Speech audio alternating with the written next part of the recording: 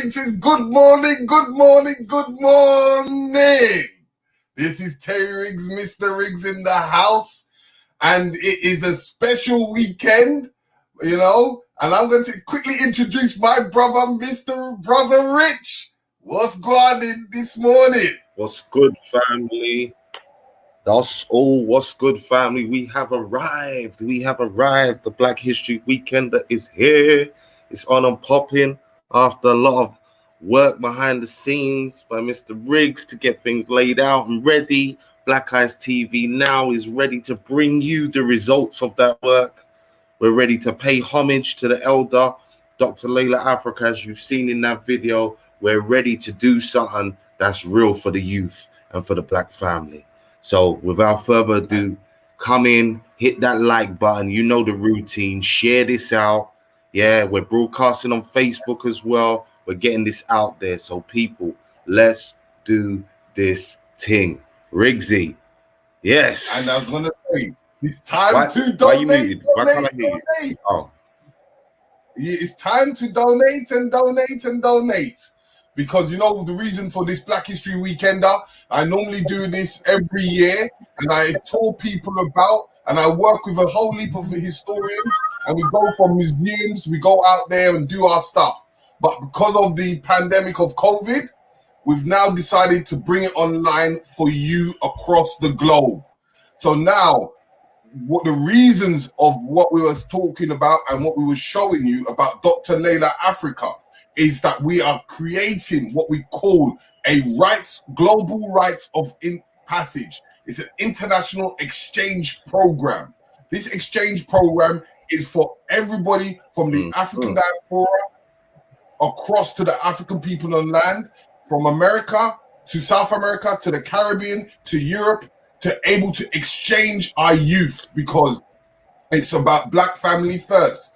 And for us to able to have Black family first, we got to set the foundations, and the foundations is where the grassroots begin before we can even deal with the forms of trauma.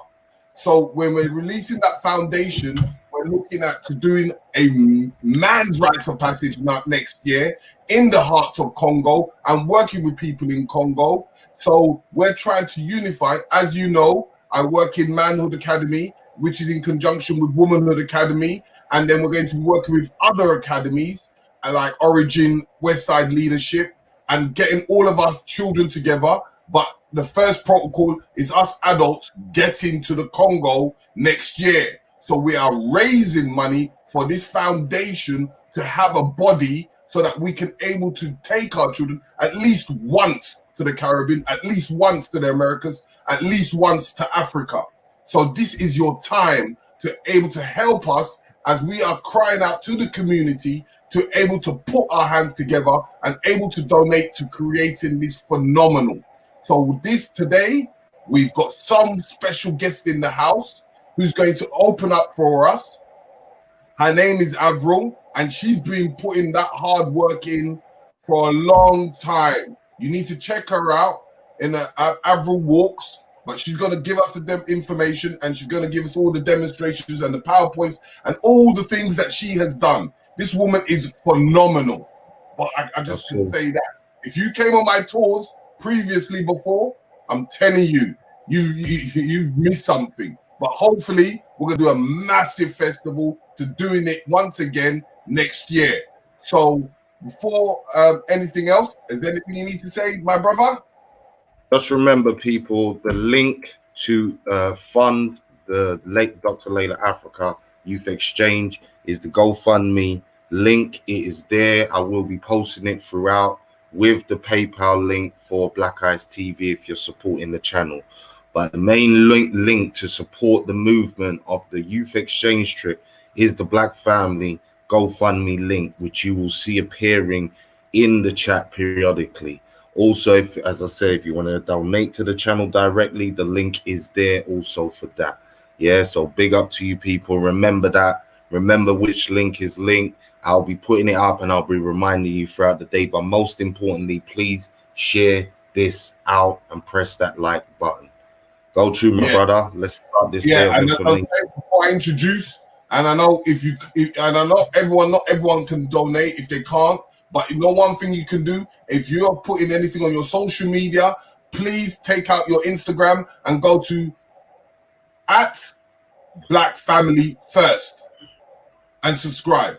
And if you can't do that, anything that you put up, put the hashtag #BlackFamilyFirst and show the community that we're one big family. But now we're going to introduce our first guest and our special guest. Her name is Avril once again. Whoop, whoop, whoop, whoop, whoop. Here we go. Good morning, Avril. Morning, morning, morning. Morning, everybody. This is great fun. I've not done this for a while. So first time doing the Weekender on online. We've done it live so many times. So fantastic. Well, let me introduce myself for those of you who don't know me. My name is Avril Nanton, and I'm the director of a company called Avril'S Walks and Talks. I'm a professionally trained tour guide, and I take people around London to show them the history of London. My next walk is on the 5th of September, starting at 11 o'clock, and we'll be showing you the black statues around London. I'll point them out to you as we go around. It's about 2 hours of walking. So, you know, I'm hoping to put it online one day, but at the moment it's, you know, it's live. So without further ado, I'm going to share my screen because this morning I'm doing a presentation called Black Statues Around London. The presentation is usually 2 hours long, but I'm going to be doing probably about an hour or so of the statues that I found in London that represent us. So I'm going to share my screen, Terry. Okay. I'm waiting for you to click onto the share. Yep, I'm doing it now. Click share, and then let me find my document. There it is. Can everyone see that? Yep, we can see that. Nice. Brilliant. Okay, excellent. So, without further ado, I'm going to start the presentation. It's called Black Statues Around Westminster. Is mostly where you're going to see it, but there are some out of Westminster. So that was me on my previous talk, taking people around. And these are some of the statues, busts, buildings, etc. you may see today. Not all of them, but we're going to talk about the first one, which is one of the latest, you know, ones that have just come out. I'd suggest you get a pen and paper to write down where these statues are, so you can do your own tour if necessary. But this is this guy has been in the news recently. His name is Thomas J. Price. You may have heard of him. He's got a statue out called Network, which is this young man here holding his mobile phone. So you can see that he's, you know, looking very nonchalant, standing around, just looking at his phone. And if you want to see this statue, it's a place called White Collar Factory, just behind Old Street, City of London, City Road rather. And previously it was based in the Olympic Park, but they've moved it to City Road by Old Street. Now, his latest creation, this is Thomas J. Price, by the way, here.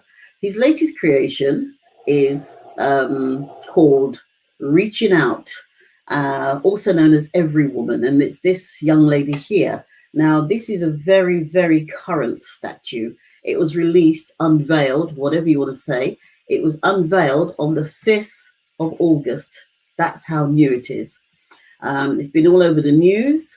She's a young lady of no particular person. He's just made a young lady who's on her mobile, very much in line with the young gentleman.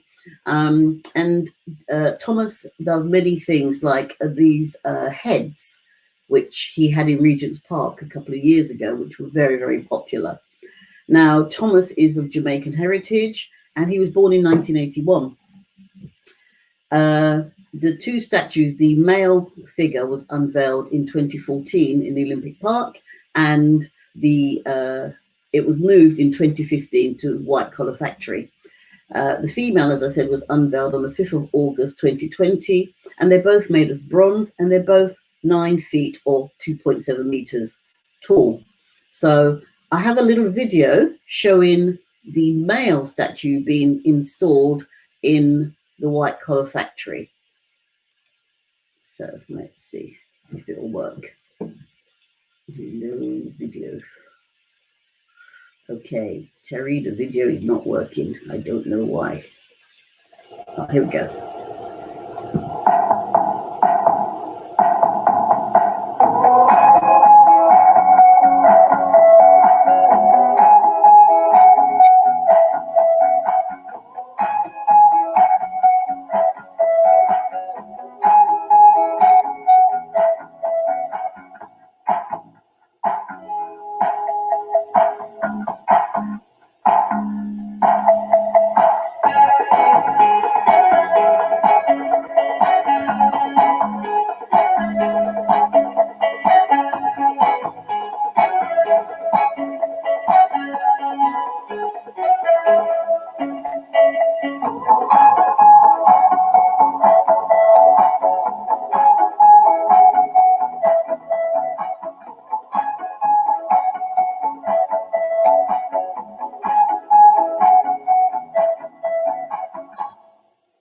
Okay, so that's the statue of the male being installed. Now the female, if you want to see her statue, she is on 3 Mill Island in Stratford, and his statues are usually part of a project called The Line. She's certainly become part of that project, and that's a dedicated art walk which follows the Meridian line from Greenwich right through from the O2 through to the Olympic Park. So you can walk along and you'll see many, many different sculptures. So that's our very first video of our first statue. So let's look at our second statue. I'm sure many, many, many people have heard of this young lady. Well, her name is Mary Seacole, and she was born in 1805 and she died in 1881. Now, her father was a Scottish soldier and her mother was said to be a free black Jamaican doctress. She learnt about herbal medicines from her mother, as many people do. And in 1854, feeling that she was quite qualified, she applied to come to England as a nurse, but was refused by Florence Nightingale. Now, Nightingale saw her as a crank nurse, and she ignored her request to provide help for soldiers on the Crimean War front. She also didn't like the fact that this black nurse was trying to join her League of Nurses. She didn't see any benefit in having an untrained nurse, particularly a black one, in her group. So Mary made a momentous decision. She decided that she would travel to the Crimean War front herself. Now, Crimea is on the border of what was then part of the Ottoman Empire, which is today Russia and Turkey. And if you know your recent history, you'll know that Russia recently invaded Crimea again to try to take it back. Now, imagine going from the Caribbean or from this country to those areas today where you don't speak the language in particular. Now, Mary became a freelance nurse and set up what was called a hotel. She nursed soldiers at the front until the war was over. And by the time she returned to England, she was ill and penniless and owed a lot of money to various people. When some of the soldiers heard that she didn't have any money, they had a fundraising festival for her, which attracted thousands and thousands of people, including many, many VIPs. And they raised enough money to help her out. Now, over the years, she traveled back and forth to Jamaica, but she died in Paddington in 1881. And she became famous for being at the front when Florence Nightingale had refused to go to the front. Nightingale remained far away from the fighting, so the soldiers usually saw Mary Seacole first. So they got to know her. She became known as Mother Seacole. Seacole and Nightingale had big rivalry, and even now there's anger over the fact that Seacole's statue is bigger than Florence Nightingale's and is in a more prominent position. Seacole was voted into first place in an online poll of 100 Great Black Britons in 2004, and her portrait was used in 2005 for first-class stamps showing important Britons. Now, I'm going to show you the statue, but as you can see, before we change screen, this picture at the top, this drawing is of the hotel that she ran. And this is a map of what the Crimean area looks like. Even today, it would be difficult to want to go there because it's not a country that's at rest. This is the stamp that she was put on, and this is a statue that I'll talk to you about later because it comes up under a different section. Now, Mary's statue is this one. If you've never seen it, take the time to go and see it. Now, to give you some information about the statue, which I will do today, the sculptor is a guy called Martin Jennings, and it was unveiled on the 30th of June 2016. Now, the disc behind the statue and the figure itself is made of bronze. Yeah, the plinth is made of Cumbrian black stone and concrete and Portland stone. So they've really sort of combined things to make it really, really strong and powerful. It's 16 feet high, or 4.9 meters, if you prefer it that way. And it cost £1 million to get this statue. And the money was raised by the Mary Seacole Memorial Statue Appeal. Many of you will know Elizabeth Aninonwu, who was one of the leaders of the actual appeal. Now, in 1857, she wrote a book called The Wonderful Adventures of Mrs. Seacole in Many Lands, which is a fantastic name. So I've got a short video just to show you a little bit about Mary Seacole.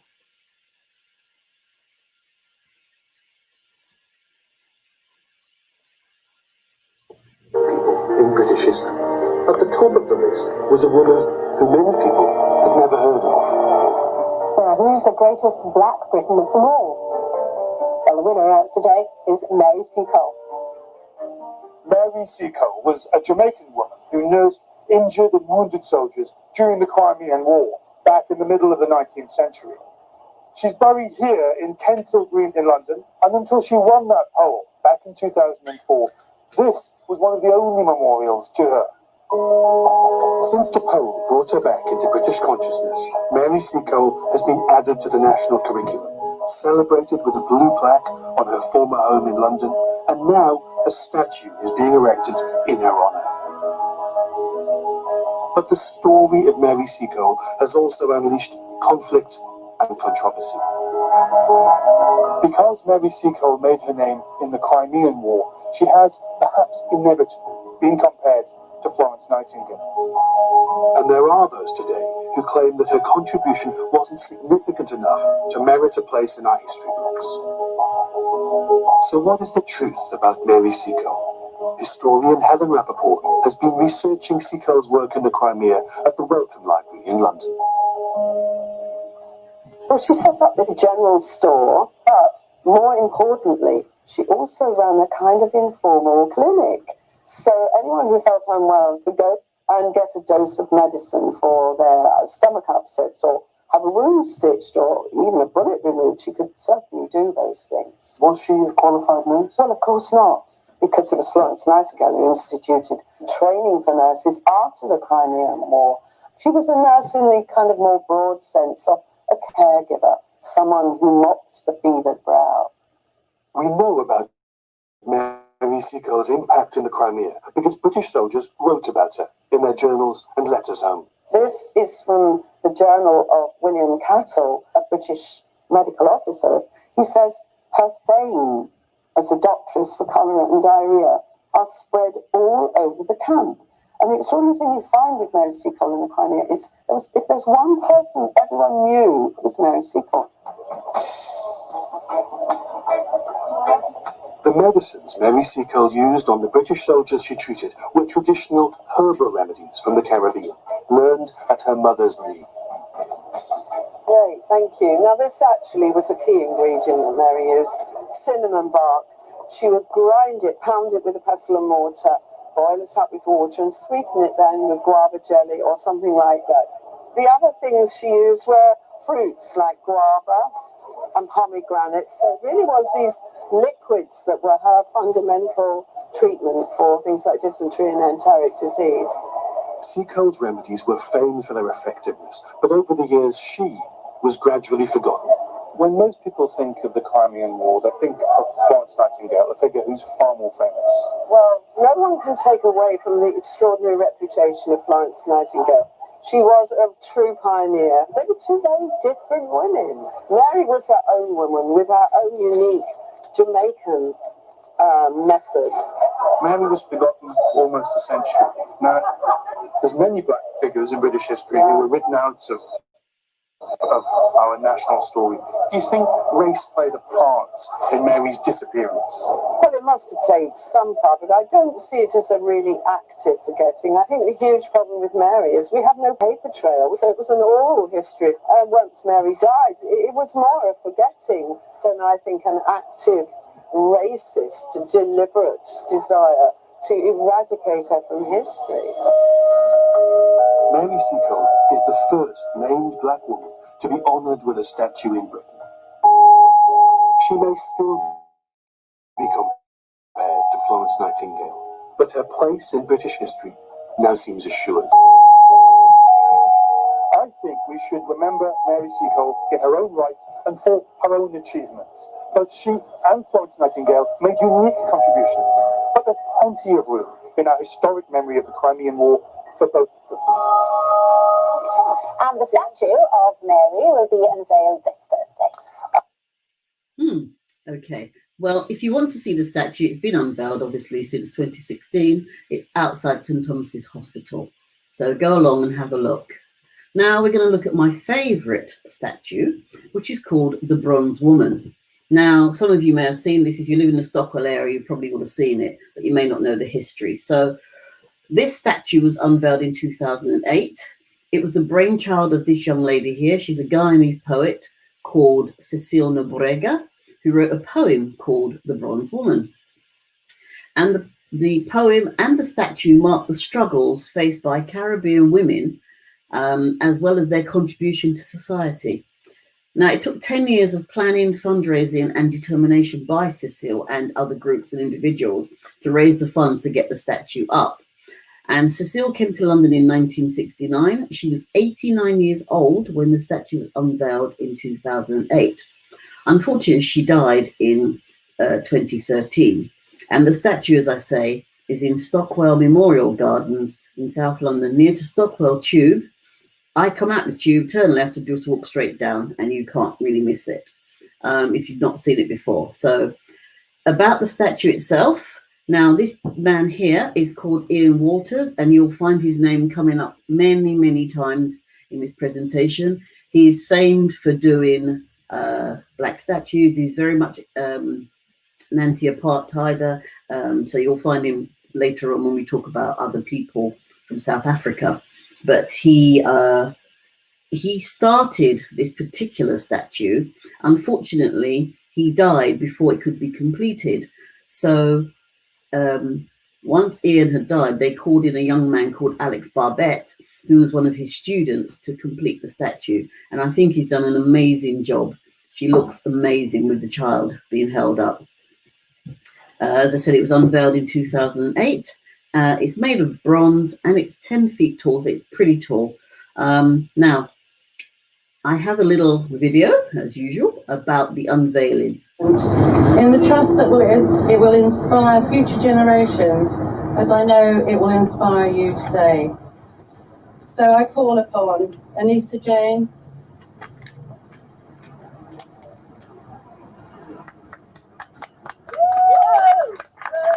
I call upon Kenya King. You may recognize some of these people. I call upon Sunita Allain.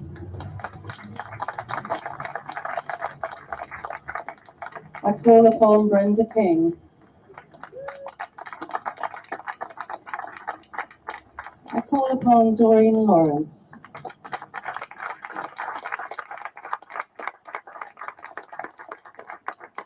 I call upon Jessica Huntley.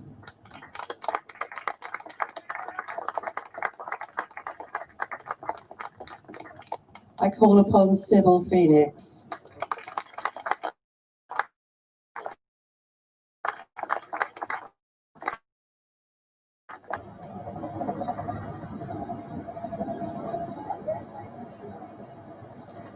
I call upon Baroness Howells.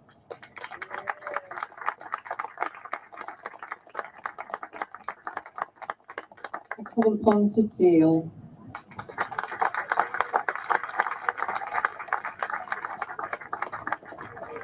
And finally, I call upon Tanisha Haynes.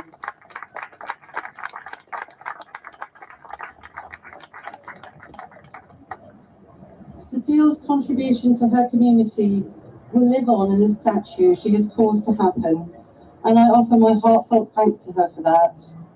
As the grown woman holds up her child to the future, I commend Cecile to the future, a light, an inspiration, and an every woman.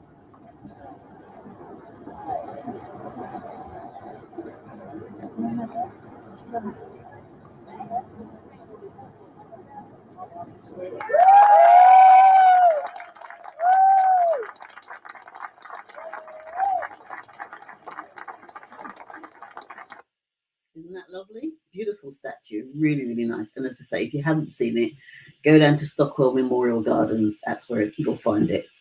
Okay, let's move in the trust. Oops, move on. It will inspire future. There you go. That's it. Okay, so now we move on to a gentleman that some of you may or may not have heard of. His name is Yinka Shanibari. He's an MBE, and he was born in London in 1962. But his parents took him back to Lagos when he was 3.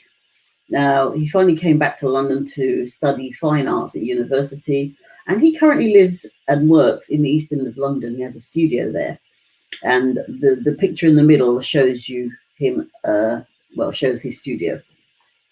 Now, he is exhibited at leading museums worldwide, and he's the first Black and disabled artist to be commissioned to make a work for the 4th Plinth in Trafalgar Square. If you don't know what the 4th Plinth is, please go down there. You'll see that it's got a current statue, and I can't remember what it is, but it's got a statue on there at the moment. It's the one in front of the National Gallery. Now, the ship in a bottle represents Nelson's victory. This is it here, which Shanibari says is a celebration of Britain's multicultural society. He says that after Nelson's victory at the Battle of Trafalgar, the seas were freed for the British to build their empire. Subsequently, individuals and families from countries within the empire came to Britain. Now, in 1980, Shanibari contracted transverse myelitis, which is an inflammation across the spinal cord, and he was just 18.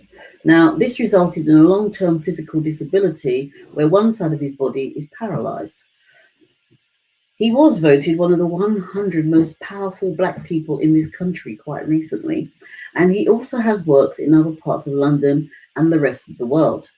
Now, when the Royal Academy was being done up recently, they decided they wanted something to put around the building to hide the works. So they chose Yinka's work, and this is it, wrapped around the building. You could barely see the building because all across the building is his work. Now, talking of Yinka's work, this ship was displayed on the 4th Plinth in May 2010. It's made of fiberglass, acrylic, wood, steel, brass, resin, linen and rigging. But the most important thing is the material that was used for the sails are made from fabric usually associated with African clothing. And Yinka himself will go out and buy the materials from Brixton Market. And the one that is used on this ship, he designed it himself to fit in with the ship theme. So when you see a bit closer, it has an anchor, say, on the material to make it fit in. But if you want to see the statue right now, it can be seen at the Greenwich National Maritime Museum. So once again, we have his work here. Now, for 5 years, up until 2017, Yinka's globe head ballerina could be seen in Covent Garden. and she's on the side of a building. As you can see, there's the street down below, and the ballerina was put into a bubble on the side of the National Opera House, and she would dance and flutter around. It was a beautiful sight. If you missed it, I'm really sorry, because you missed something absolutely fantastic. And on the left here, we have one of his famous flags, which he has all over the world. And this one is in Victoria, in between Wilcox Place and Howick Place. If you've not seen it before, then, you know, go down there and go and have a look at it. But they are spread out all over the place. You'll see them in Germany, New York, and York in England as well. Now, here is a short video. Whoops, a daisy. Whoops. The video is not working. Behave yourself, video. Thank you. Here's a short video about Yinka.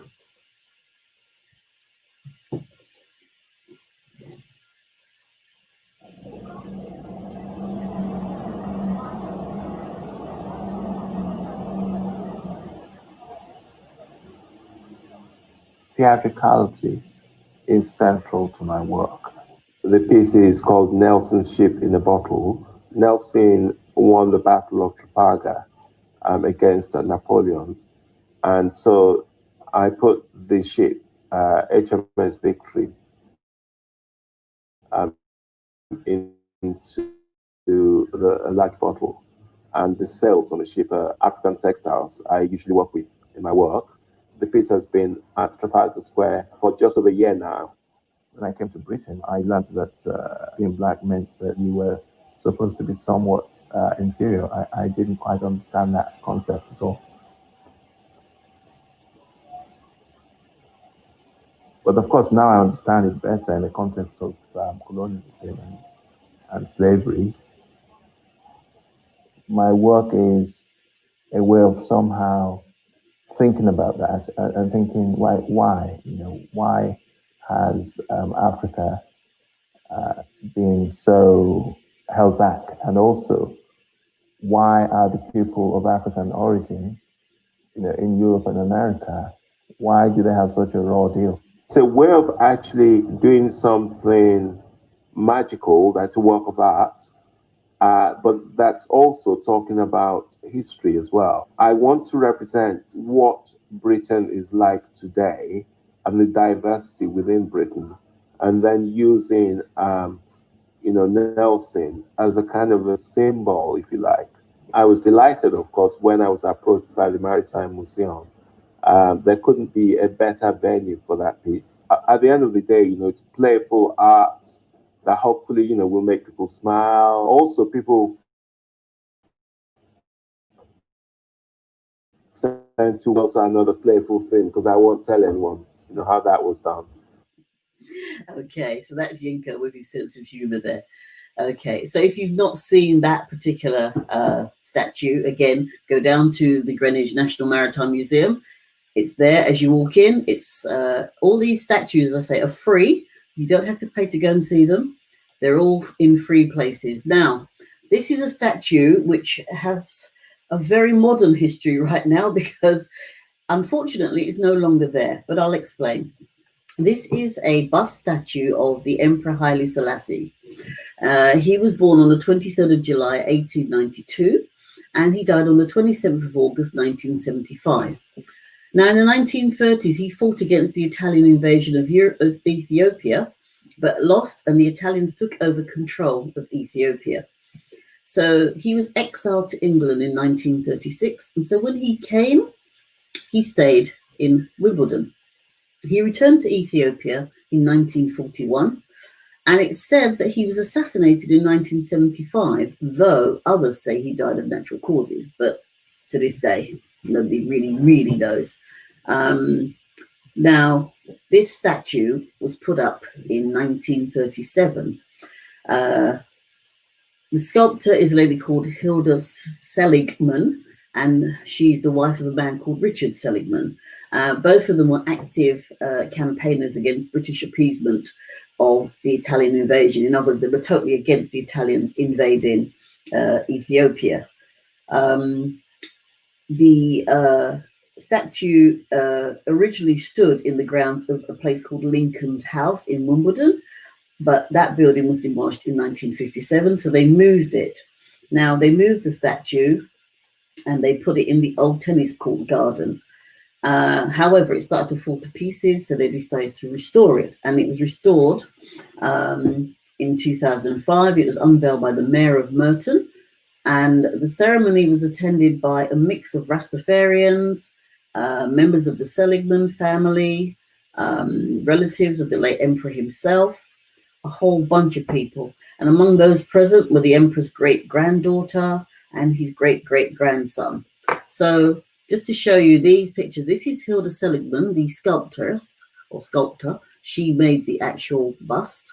There's Haile Selassie there with her grandson on his knee. These are relatives of Haile Selassie. This is Haile Selassie meeting some very, very posh people, society people. And these are some of the Rastafarians who turned up on the day to celebrate the unveiling of the bust when it was unveiled. Now, some things about Haile Selassie, which I actually sort of thought I'd tell you about, which I thought was quite interesting. In 1924, he toured Europe and the Middle East. Now, amongst his entourage, he included a pride of lions, which he distributed as gifts to the President and Prime Minister of France, as well as to the zoological gardens of Paris and to King George V of England. Now, he gave everybody lions, which was really generous. And in return for the 2 lions that he gave to the United Kingdom, they presented him with a crown that had been stolen from Ethiopia in 1868. So basically, he gives them a gift and they gave him back something they'd stolen from him. So who knows?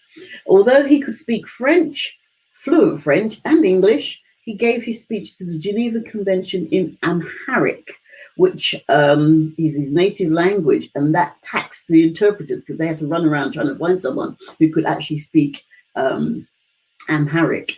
And greatest of all, in his lifetime, he held over 100 honors and titles from nearly every country in the world.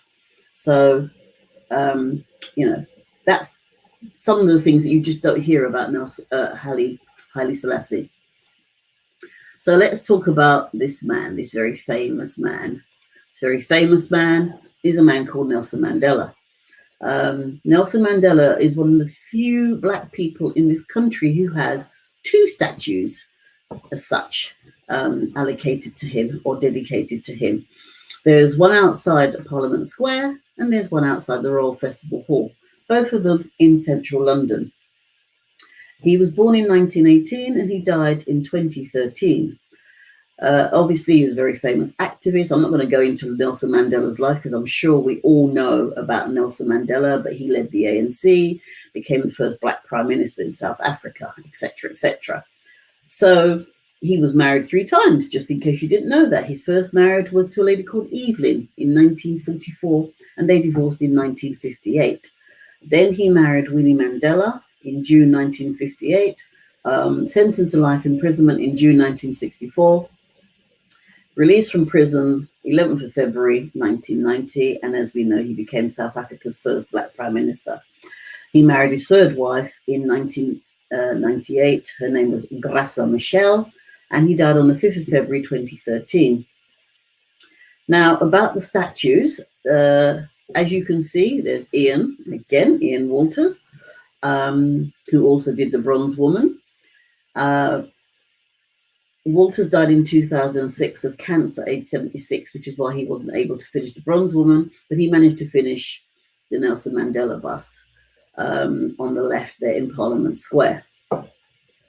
The statue itself is made of bronze and it's 9 feet or 2.7 meters high.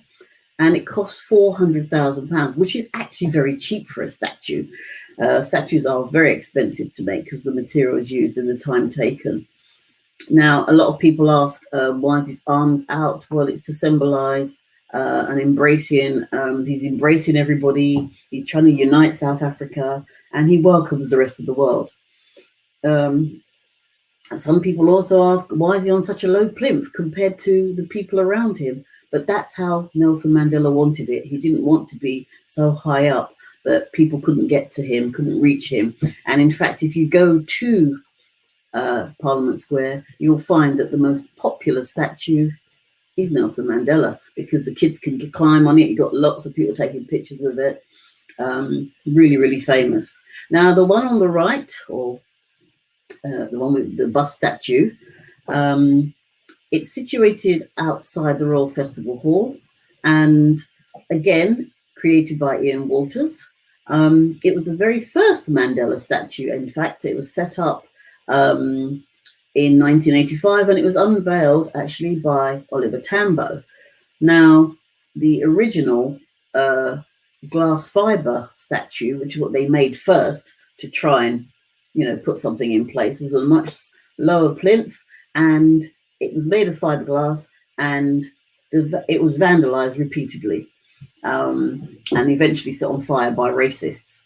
Now, this new one has been set on a much higher plinth, and it's made of bronze, and it was originally commissioned by Ken Livingstone, when he was in the GLA.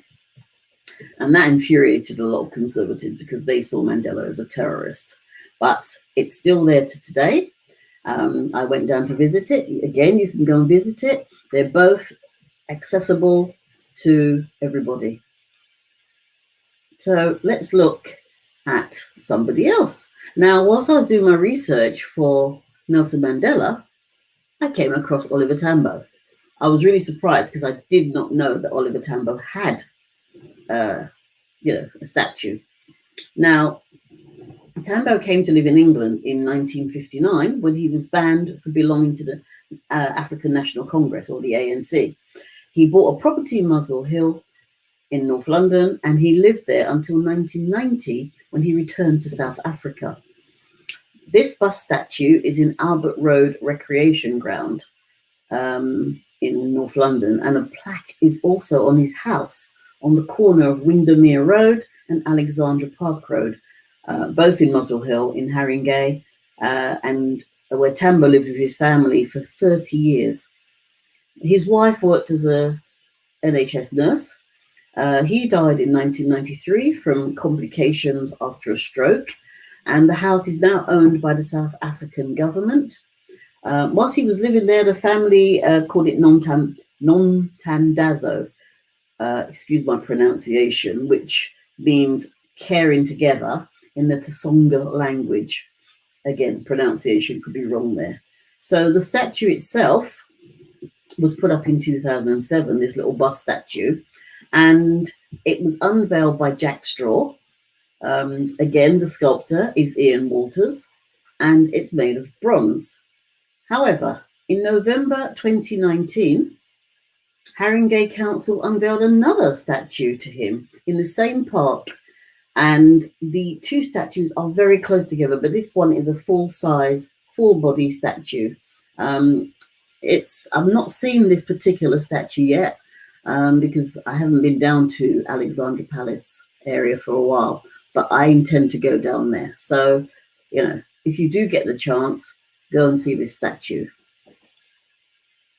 So, those of you who live in Brixton, this is Brixton railway station. Now, these people are waiting for trains that they will never get on. Yeah, these pieces are called platforms piece, and they're by a guy called Kevin Atherton, who is this man in the middle here, and they were installed in 1986. Now, they're on Brixton railway station, as I said, so you may, if you use the station, have seen them. They're real people who were cast in stone. The people they represent used to regularly use the station, and one of them even worked there. There's a black male, a black female, and a white female. And they used local residents called Peter Lloyd, Joy Batik, and Karen Heisterman as models. So they're a joint venture between British Rail and Lambeth Council, and they were unveiled by a man called Sir Hugh Casson as part of a £1 million renovation of the Brixton Overground Station. One of the statues has actually been moved because it was falling to pieces, and where it was quite dangerous. However, in 2016, the statues were given listed status by historic England, which is very, very unusual for statues in any case, but black statues in particular, they do not get this.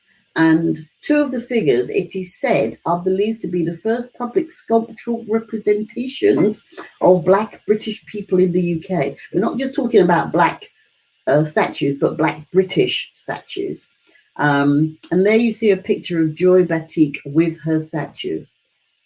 So again, if you want to go down to Brixton railway station to go and have a look at these, unfortunately you have to go up thousands of stairs because I've been up there to look at them. That's how I got these pictures. But yes, they are there. So, and as I said, they're moving. I think it's this one here because the platform she's on is now disused and they're starting to worry about the platform and the statue falling into problems. So let's look at these. Now, I don't know how many of you go up to Hyde Park, Green Park area, but this is where you'll find the Commonwealth Gates. And this memorial was put up in memory of the 5 million volunteers who took part in the First and Second World Wars from various parts of the Commonwealth. And as you can see, hopefully, on this particular stand, you've got Nepal, Africa, Caribbean. So they've covered various parts of the world. Now, it's at the upper end of Constitution Hill, near to Hyde Park, and the plans for the memorial were made by the Memorial Gates Trust. Not that I even knew such a thing existed, but it does. Now, one of Africa's leading writers, Ben Okri, OBE, who is a poet and a Booker Prize-winning author, was asked to provide the inscription on the memorial, and he chose to use the words, "Our future is greater than our past," which is the final line of one of his poems. On the 9th of March 2015, there was a Memorial Gates commemoration ceremony, which was attended by people from the various embassies, high commissions and associations and organizations representing the diverse communities who took part in the war. There isn't much to tell you about the actual statue. It's just made of stone. It's got some urns on the top, and there's a small building here, which when you go inside, if you look up, it's got the names of various countries and people who were particularly pertinent at the time. But you could go and see this again at any time. You can see there's Marble Arch there, and you just walk down, and there's the Commonwealth Gates. As I say, all of these statues and memorials you can see for free. So let's look at this gentleman who some people have heard of and some people have never heard of, and some people mix up with someone of a similar name. This gentleman is called Samuel Coleridge Taylor, and he was born on the 15th of August 1875, and he died on the 1st of September 1912. Now, he was born in Holborn to a lady called Alice Martin, an English woman called Alice Martin, and Dr. Daniel Taylor, who was from Sierra Leone. But he was supposedly of mixed European and African descent. Now, his relationship with Alice broke down before she could tell him about the child, and he returned to Sierra Leone in February 1875 and never knew that he had a son. In the late 1890s, Daniel Taylor was appointed as a coroner for the British Empire in the Gambia, but again was never told about his son. Now, Alice Martin decided to name her son Samuel Coleridge Taylor after the poet Samuel Taylor Coleridge, which is very confusing. Now, Samuel Taylor Coleridge was the poet who wrote the Rime of the Ancient Mariner. Samuel was brought up in Croydon by his mother and grandfather, and his uncle was a professional musician. Samuel studied the violin and the piano at the Royal College of Music, and he studied music composition. He also taught and was appointed to a professor at the Crystal Palace School of Music. He also conducted the orchestra at the Croydon Conservatoire, which still exists today. So again, you can go down there, and there's probably a little bit of history about him there. Now, in 1899, Coleridge Taylor married Jessie Walmsley, whom he had met at the Royal College of Music. Now, her parents objected to the marriage because Taylor was black, but the couple had a son named Hiawatha, very unusual name, and a daughter. This is her here, Gwendolyn. Now, I like Gwendolyn because later in her life, she didn't like the name Gwendolyn, so she took a new name. She took the name of Avril. Go Gwendolyn, go Gwendolyn. Yeah. Now, his most famous composition was Hiawatha's Wedding Feast, which was written between 1898 and 1900. Unfortunately, he sold the rights to this music outright for 15 guineas, which is around £60 today. Not a lot of money. So he didn't benefit from the music. So I'm just going to play you a little bit of the music so you can hear what it sounded like.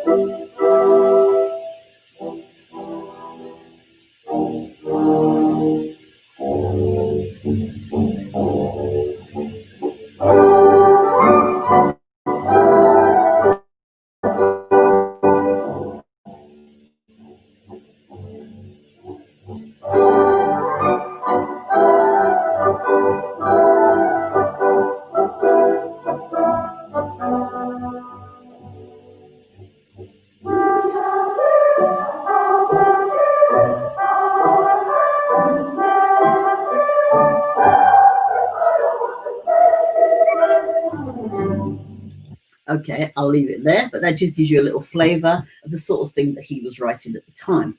Now, due to the popularity of the composition, it enabled him to travel around the world, and he went to America where he met African Americans who encouraged him to learn about his background, and he did. And at one point, he considered going to live in America. However, he didn't. He stayed in England, and he lived at number 30 Dagnall Park, which is in Selhurst. So those of you down that end of the world, go and see it. It's got a blue plaque outside his house. Now, Coleridge Taylor was only 37 when he died in 1912 of pneumonia, a few days after collapsing at West Croydon railway station. He's buried in Bandon Hill Cemetery in Wallington, Surrey. And just to explain about this particular type of statue, now, as you can see, it has Ronnie Corbett on one side and Dame Peggy Ashcroft on the other, and in the middle is Samuel Coleridge Taylor. And this is what Samuel Coleridge Taylor actually looked like down here. Now, these statues are called sustrans, and they're called portrait bench statues, but they're made by a company called Sustrans. And they're very unusual statues. You'll always find them. They're made of what's known as corten steel. So they're cut out of steel, and then they're put into the ground. And usually there's a bench right near to them somewhere. And that's why they're called portrait bench statues. And what happens is generally they will ask the local people to choose 3 people that they think represents the area. And it could be 3 local people, it could be 3 famous people. So these 3 are famous in their own right. Not everybody's heard of Samuel Coleridge Taylor, even people who live in the area, but most people have heard of Ronnie Corbett. So the actual Sustrans is a charity, so they raise funds to do these statues. They're not my favorite kind of statues. This particular set were unveiled in 2013, and what they like about this corten steel, you may have seen it. If any of you go to Liverpool Street, there's a huge, great big corten steel statue. Just great big loads of blank. Oh, it's awful. I don't like them at all, but they are there. They are just by Liverpool Street. There's a corten steel statue because they rust and they weather and they become part of the landscape. Now, with Samuel Coleridge Taylor, he was the youngest delegate at the 1900 First Pan-African Conference held in London, the youngest delegate.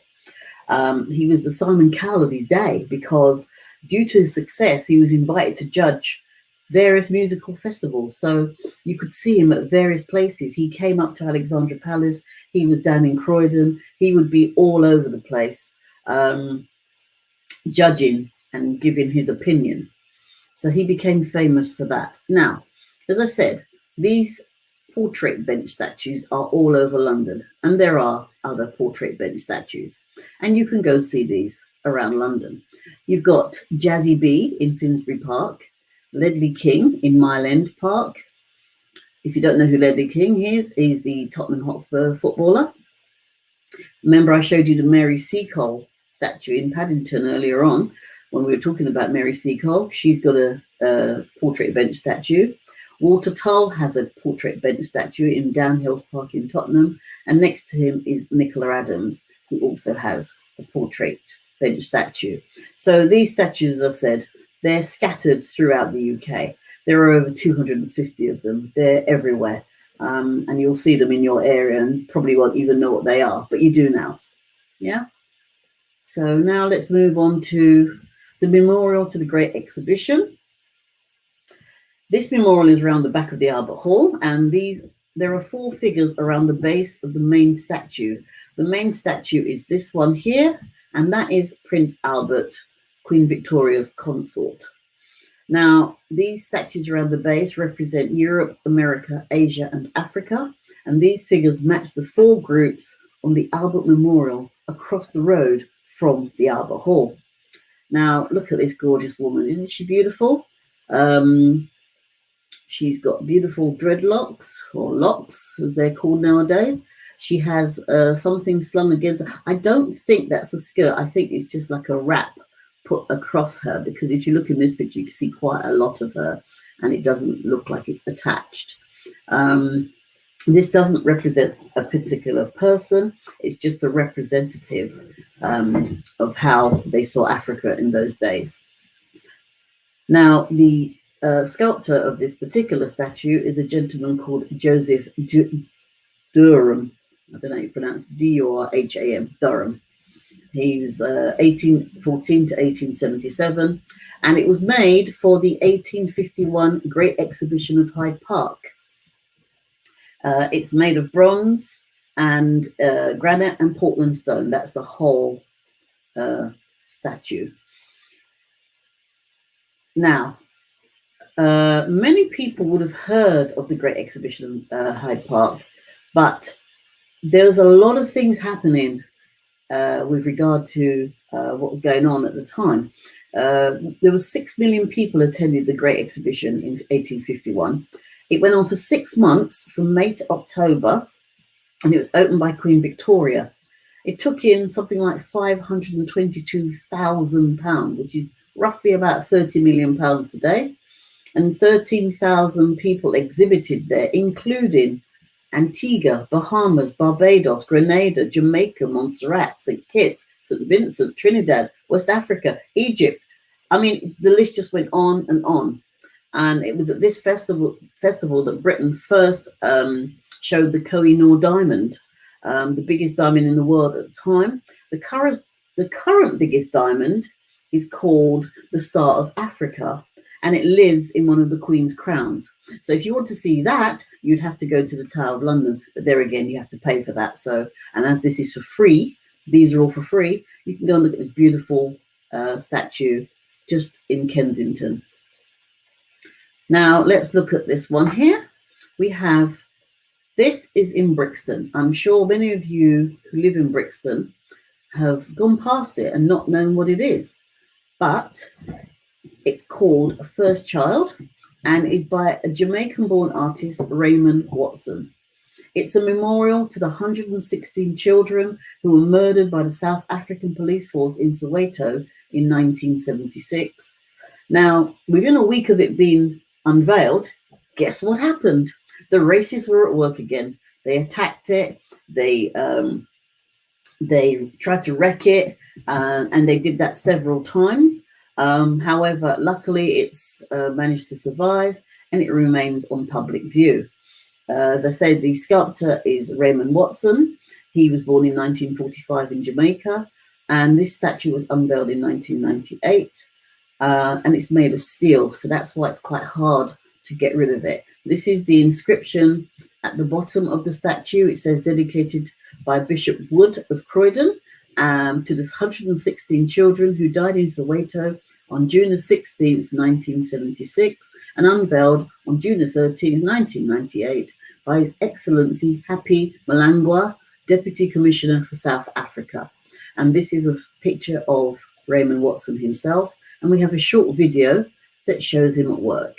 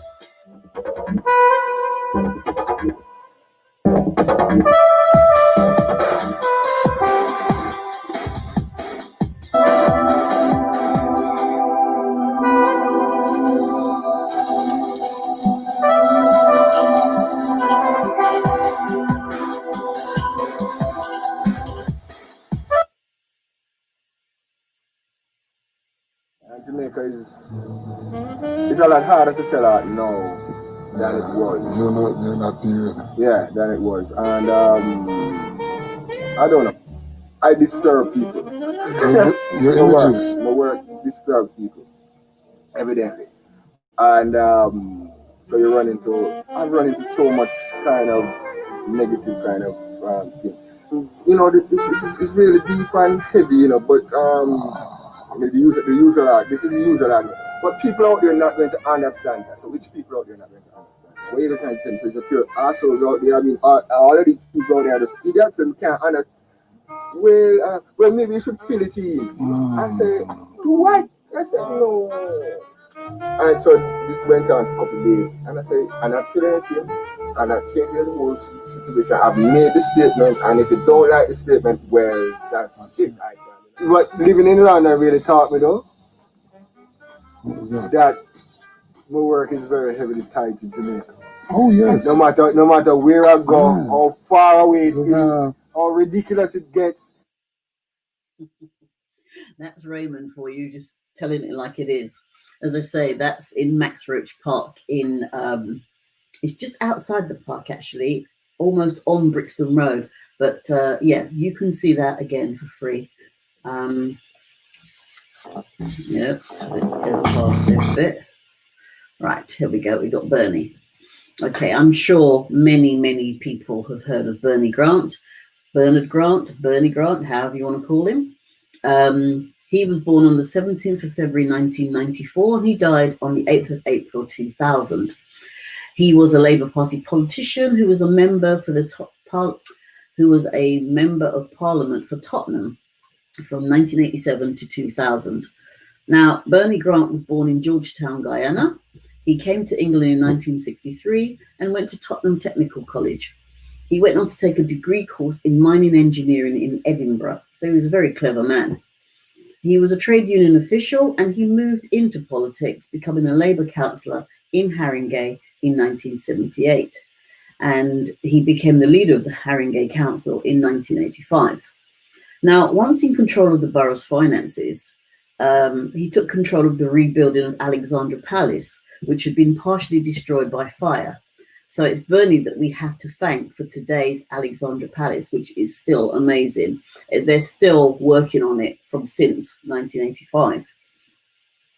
Now, also in 1985, the Broadwater Farm uprisings, or riots, depending on which way you're standing, took place.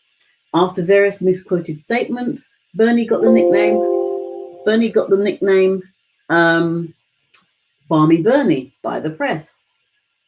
In the 1987 election, he became MP for Tottenham, along with the only other black MPs of the time, Diane Abbott and Paul Boateng. Bernie made an attempt to become deputy leader of the Labour Party, but was unsuccessful. And in 1989, he established and chaired the Parliamentary Black Caucus, which is committed to advancing the opportunities of the UK ethnic minority communities.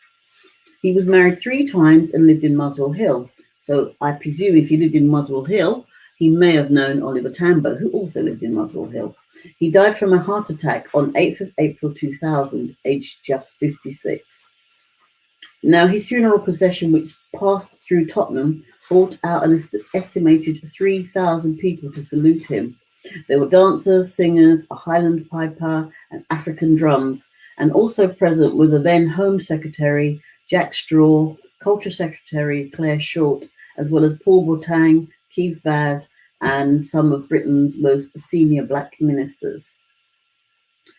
Now, the statue information, this was very difficult to find. It was almost impossible for me to find information about the statue, but it turns out it was done by this lady here on the left called Christy Nicholas, and she now lives in Spain.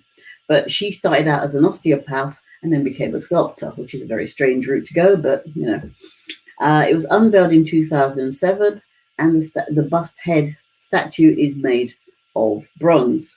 Now, things to know about Bernie: his widow Sharon Grant was on the short list to succeed him as Labour candidate for Tottenham, but was beaten by David Lammy in June 2000. And in September 2007, the Bernie Grant Arts Centre was opened in his name, and that's obviously in Tottenham. In October 2012, a blue plaque was unveiled at Tottenham Old Town Hall in tribute to Bernie. And the Bernie Grant collection is held by the Bishopsgate Institute, which is based just by Liverpool Street Station. So if you want to know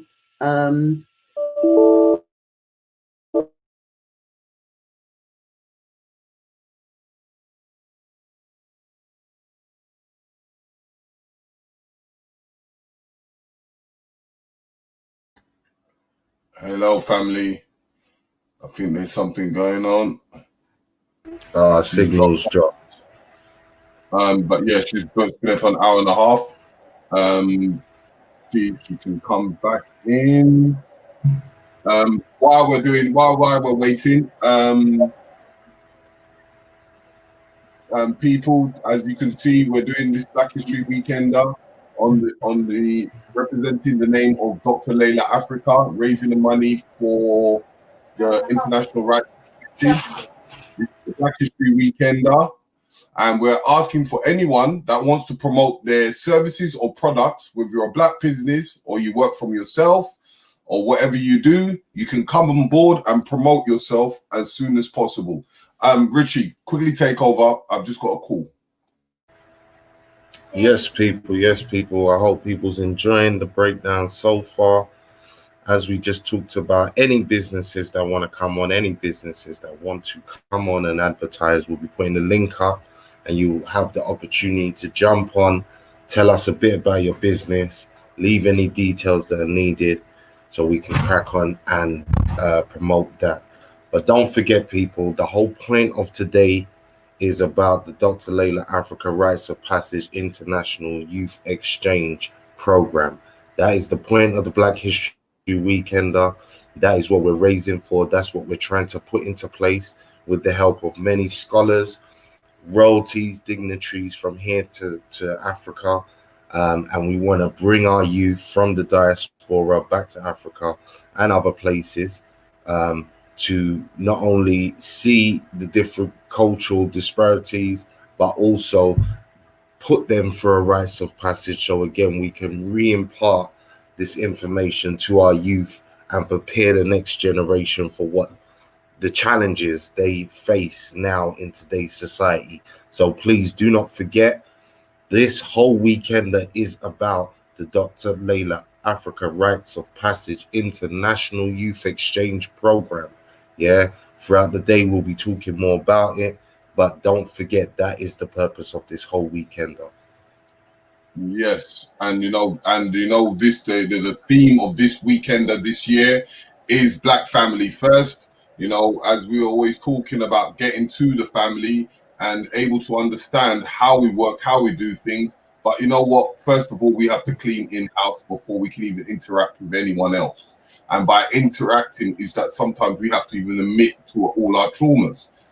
Everyone is going through traumas, and it's just how do we deal with it? How do we solve it? And communication is the key. By communicating with one another and opening up and then sharing our experiences in our forms of testimony, it gives us an outlook of where we can move forward. And in saying that, this event as well, it is to show different aspects of what we are doing in our history, because it's our fundamental thing where we have to be able to understand our past, as we call it, Sankofa. She's going to be in there very soon. She's coming back very soon.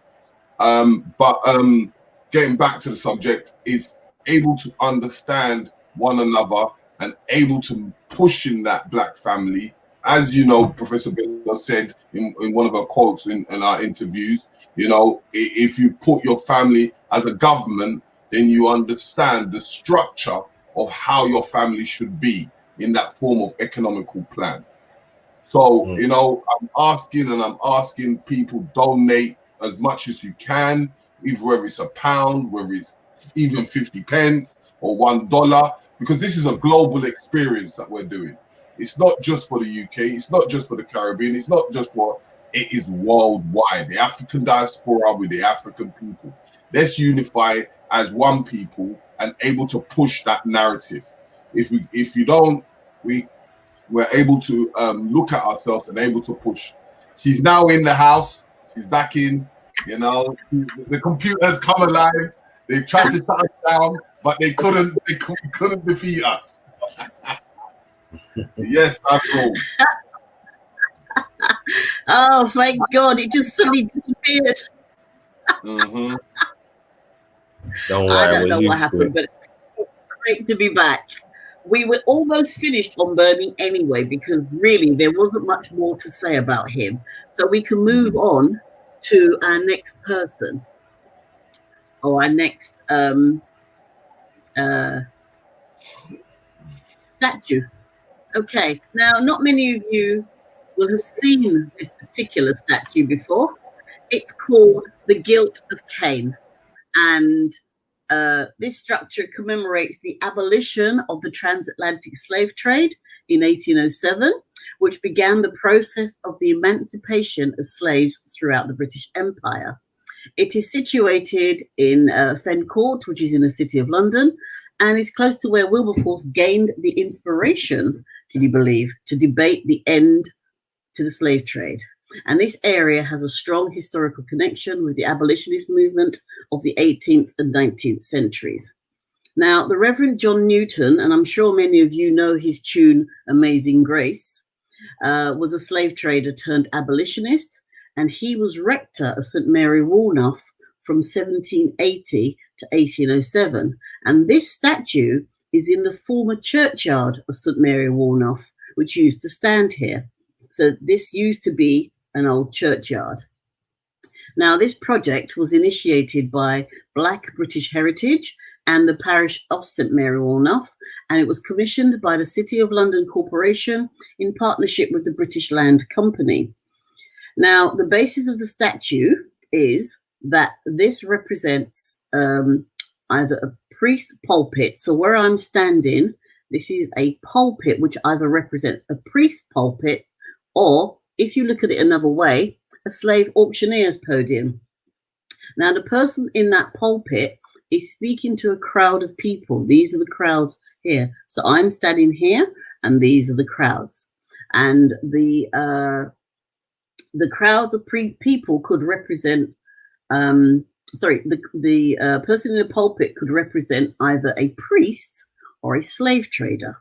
Now, the columns represent the stems of sugarcane and are positioned to suggest a crowd of people about to be sold, or a congregation gathered to listen to a speaker. Now, on the pulpit and each sugarcane, there is a line from a poem which, when put together, makes up a whole poem. If you look at each one, there's a little black mark. You could just about see it. And on the main structure, there is a poem. Now, the poem uses the coded language of the city stock exchange, intermingled with references throughout the slave trade, such as the word guilt. If you look at the way guilt is spelt, G-I-L-T, that means money. But if you think about the way guilt is normally spelt, G-U-I-L-T, which is regard to the way you feel, feelings. Now, starting the statue information, let's talk about the statue. The sculptor is this gentleman here. His name is Michael Visocci. He is the person who designed it. It was unveiled on the 4th of September 2008 by Archbishop Desmond Tutu, who's next to him with the big cross on. And the words on the statue, as such, the memorial, is written by this gentleman on the right here, called Lem Sise. Now, Lem Sise is a poet of note. He's an author and a broadcaster, and he was brought up in a children's home and has many achievements to his name, including this piece. He's written a book about his life in a children's home called My Name Is Why, which came out earlier this year. Now, strangely, he was the official poet for the 2012 Olympic Games. He was awarded an MBE for services to literature in 2010, and he's currently the Chancellor of Manchester University, and he's been the Chancellor since 2015. He was featured on the BBC programme Imagine with Alan Yemtob a few weeks ago, and if you missed that, it's probably still on the iPlayer. But definitely try and get down to Fen Court, just off Fenchurch Street, but just by the station, actually, not too far, to see this fantastic memorial. And it has a copy of the poem there, which when I first read it, I had to really take it all in and understand the way it works. Because, as I said, it relates to the City of London's, the way the stock traders speak. So, the statue itself is made of granite, so it's quite hard stuff. Now, our last statue is this gentleman.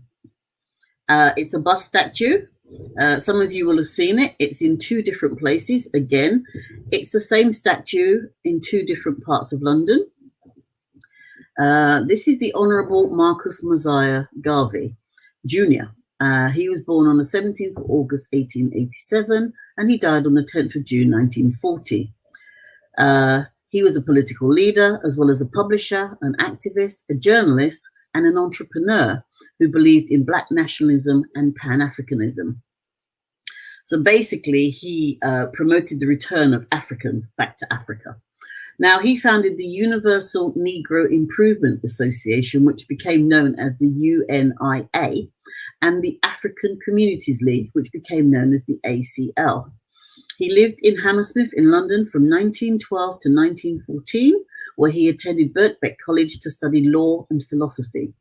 Now, as a director of the UNIA and the ACL, he set up various businesses to help the Black community, including publishing a weekly newspaper called Negro World and having a shipping line which owned 4 ships. Now, UNIA had over 2 million members, and unusually, both of his wives were called Amy, which is an unusual name as it is, but to have 2 wives called Amy, and both were influential and supportive of him in his aims. He died in London in 1940, aged 52, after he read an article that said he had died. He was very, very shocked. He was shocked as well about the negativity of the article, not just being shocked that he had died and he's still alive, but the negativity of the article. And this led to him suffering a stroke, which led to his death. Now, because of the war, he was interned in Kensal Green Cemetery, but repatriated to Jamaica afterwards. And he was declared Jamaica's first national hero in 1964. Now, with regard to the statue, we have very little information. It's made of bronze. That's all I can tell you. I don't know who made it. I don't know who the sculptor was. I've been trying to find out. And if anyone knows, please let me know, because it would be great to have it. And when it was actually unveiled. There are lots of commemoratives to Marcus Garvey, including Marcus Garvey Way in Brixton, Marcus Garvey Library in Tottenham, and a blue plaque at 53 Targulf Road, Hammersmith. Marcus Garvey statue, Millsden Green Library, which is the one we're looking at. Marcus Garvey Centre in Lenton in Nottingham. He's mentioned in the song So Much Things to Say, which is from Bob Marley's Exodus album, which has voted the best album of the 20th century. And there's a memorial park to him behind Hammersmith, Hammersmith Road. So he has quite a lot of commemoratives. And these are some of the things that his sayings. The pen is mightier than the sword, but the tongue is mightier than them both put together. The black skin is not a badge of shame, but rather a glorious symbol of national greatness. If you have no confidence in yourself, you are twice defeated in the race of life. With confidence, you have won before you've started. Liberate the minds of men, and ultimately you'll liberate the bodies of men. I like honesty and fair play, and remove the kinks from your mind, not from your hair. And the most famous of all saying, a people without the knowledge of their past history, origin, and culture is like a tree without roots. These are all the famous sayings of Marcus Masiah Garvey. And we have come to the end of the presentation. So that's all for now. Thank you very much. If there's any information you'd like to know, please contact me. My contact details are on screen. And as I said, I have a walk coming up on the 5th of September at 11 o'clock, which will take you around London to show you some of the black statues that represent us. I work as a tour guide, and I put on many tours around London. If you need a special private tour, I can take you around with your friends or your family, or some people use it as a birthday surprise or wedding gifts, all sorts of things. So please contact me if you would like me to take you around. In the meantime, I give you back to the wonderful Terry, and thank you very much. I'm Richie. But you know, before you even go, because you still got some minutes left. Yes, I know. That's why I finished early. Yes, an answer. If there's anyone out there, if there's any questions and answers, please do so. Ask your questions. And if you would like to want to promote your products or services, please follow the link, which I'll put into this description box in the chat. And if you want to come on and ask your questions, please do. But for now, if you have any questions, but yes, Rich, take it off while I do this. Yeah, much appreciated, sister, for the knowledge on the statues and the different places in London, because I think people underestimate how much black presence there is in London. We look at England like it's just a straight white racist country, so we may overlook the black presence and influence across the board. So I really appreciate that. What I was going to say, Richie, is the one thing that's been getting me is all these statues they've been talking about recently being removed and all that. I mean, I'd never even heard of Colston, so for me that was new. But they don't seem to be talking about the black statues that we have, and right. I was getting very worried when I started seeing people taking down statues, because the racists are going to start attacking our statues. So I was very concerned, because the Mary Seacole one, it took a long time to get that statue up, and I was really, really worried that they were going to do something to that, and next thing you know, it was down. You got Nelson Mandela is always getting attacked anyway, and all the other statues that I've shown you, if people know that they're black statues, they can be attacked. So I was starting to get a bit worried about those, and that's why, as much as I don't mind the Colston statue being taken down, that's not a problem for me. We got to be careful what you wish for, because if they start taking down white statues, guess what's going to happen next? They'll start taking down black statues. It takes us so long to get our statues up. You know what I mean? It cost us a lot of money to get these things up and running. It worried me that this was going to be, what was going to happen. Well, definitely, if our people know about these statues, as you're saying, and have information and knowledge of them, and visit them, most importantly, show an interest in our cultural heritage around the sea, then hopefully that will bring the awareness that's needed to, as you said, create a system of protection for our black monuments and for our black heroes that have done so much for the community in this diaspora. So I'm definitely with you on that one. Yeah, that's what I hope, because there was when all this statue bits was going on recently, there was a statue they were going to remove of the guy who founded the Boy Scouts. I've forgotten his name. And so what the community did was they didn't want that statue taken down, so they formed a circle around it and they guarded it day and night, 24 hours a day. And that statue was never removed because the people of the area said they don't want it removed, So that's what I would hope we would do. But because we don't know where our statues are, most of those statues that I showed, most people don't know where they are. Most people don't know about them. So how can we protect what we don't know? Yeah, and that's a true factor. I want to thank Kaya French for donating to the International Rites of Passage. Who else is there? There's a few people that have donated. I can thank Rachel, Aisha Beckford, Patience. Thank you for all donating. They all seem to be women. I think the men that are just being tight today. But you know what? The men are not digging deep. The women are always the ones looking out for the children. Come on, lads. You know what? You got to show the people what it's about. This is about our foundation. Do you know what I mean? The women are showing up. You know what? If you don't, I'm gonna put my money in, because you know what? I can't allow the women to be going further than us. But men, come on, put your money in deep, put your pockets in deep, even if it's £1. Come on, put it in, because this is for a great cause, and it's truly for the betterment for our people. Because you see me, I'm all over the place, and I put in that work on ground, regardless. So I'm asking you to help us out as much as possible, because I'm only one person.